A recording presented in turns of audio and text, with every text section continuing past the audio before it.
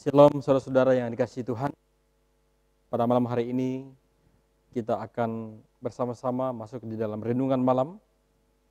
Mari kita siapkan hati dan pikiran kita, mengambil tempat sehingga kita sungguh-sungguh boleh diisi dengan kebenaran firman Tuhan. Mari kita berdoa mohon tuntunan Roh Kudus untuk membaca firman Tuhan. Kepadamu ya Allah, sumber kekuatan dan pengharapan kami.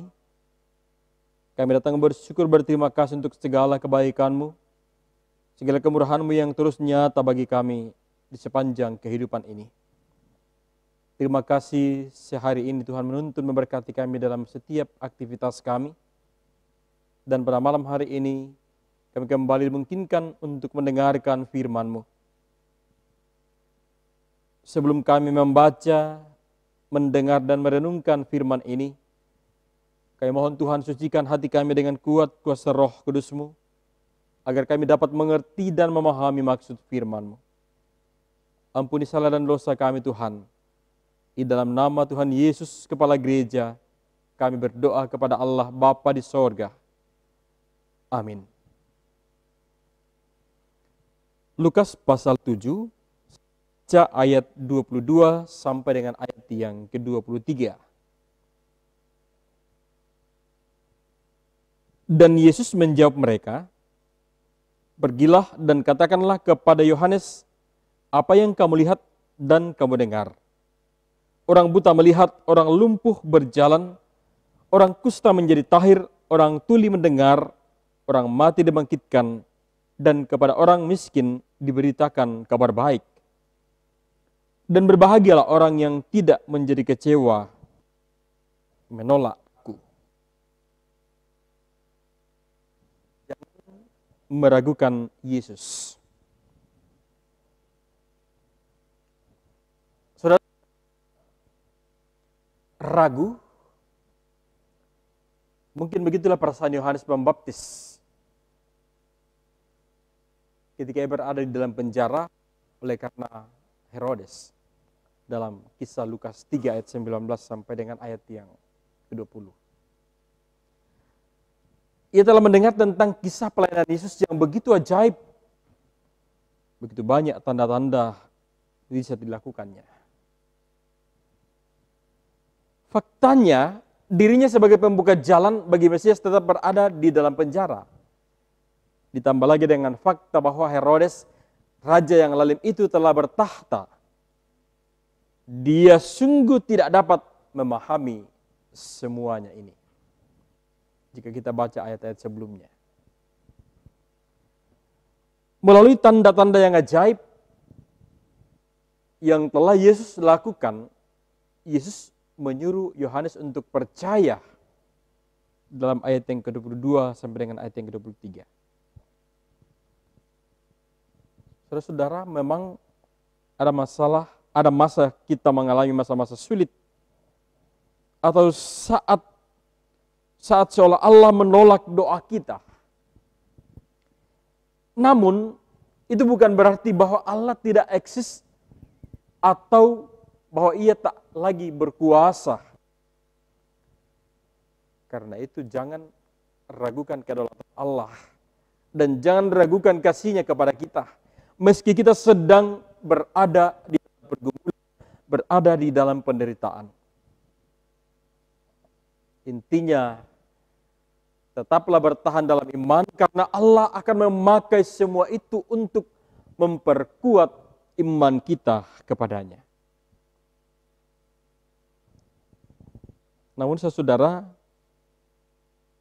bukan hanya Yohanes yang ragu, masih ada yang lain tetapi dengan keraguan yang berbeda. Mereka adalah orang Farisi dan ahli Taurat. Namun orang-orang yang mengetahui firman Tuhan itu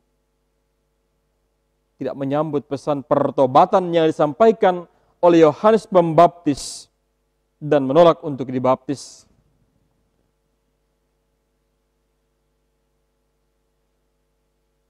Mereka juga tidak mau menyambut Yesus Kristus yang diberitakan oleh Yohanes. Terus mereka kasih di dalam Tuhan, kesombongan membuat mereka tidak menyadari keadaan diri sebagai orang berdosa yang harus menerima pengampunan dosa.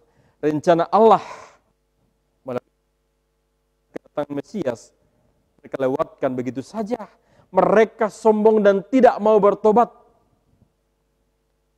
Jika saja mereka berhikmat, mereka akan mengenali keberadaan Allah dan kebutuhan untuk bertobat di dalam kehidupan mereka.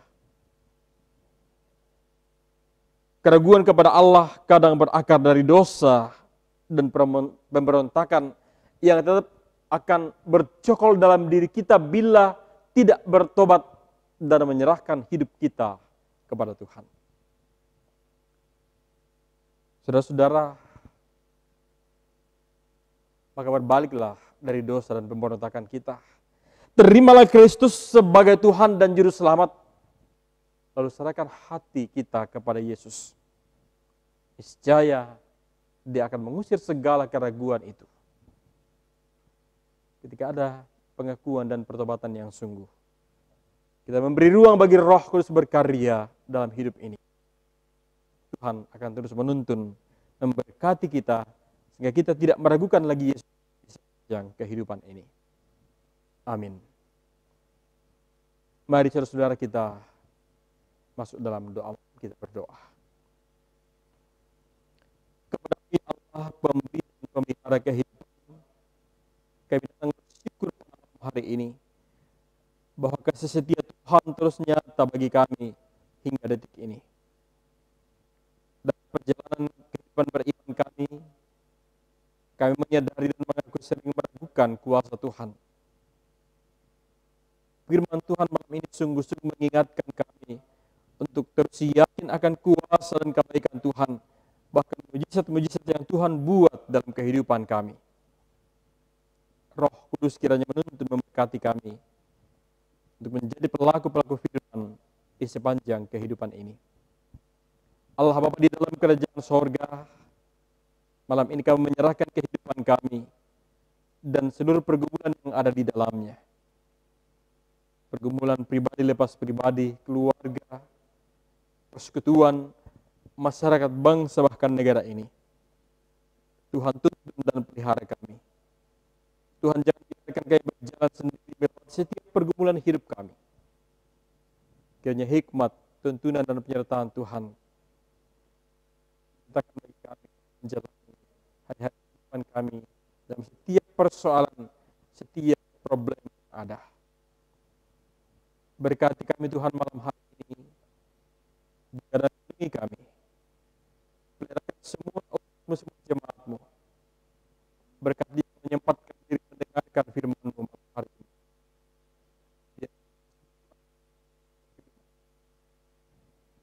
Berkati adalah pertolongan Tuhan. Ampuni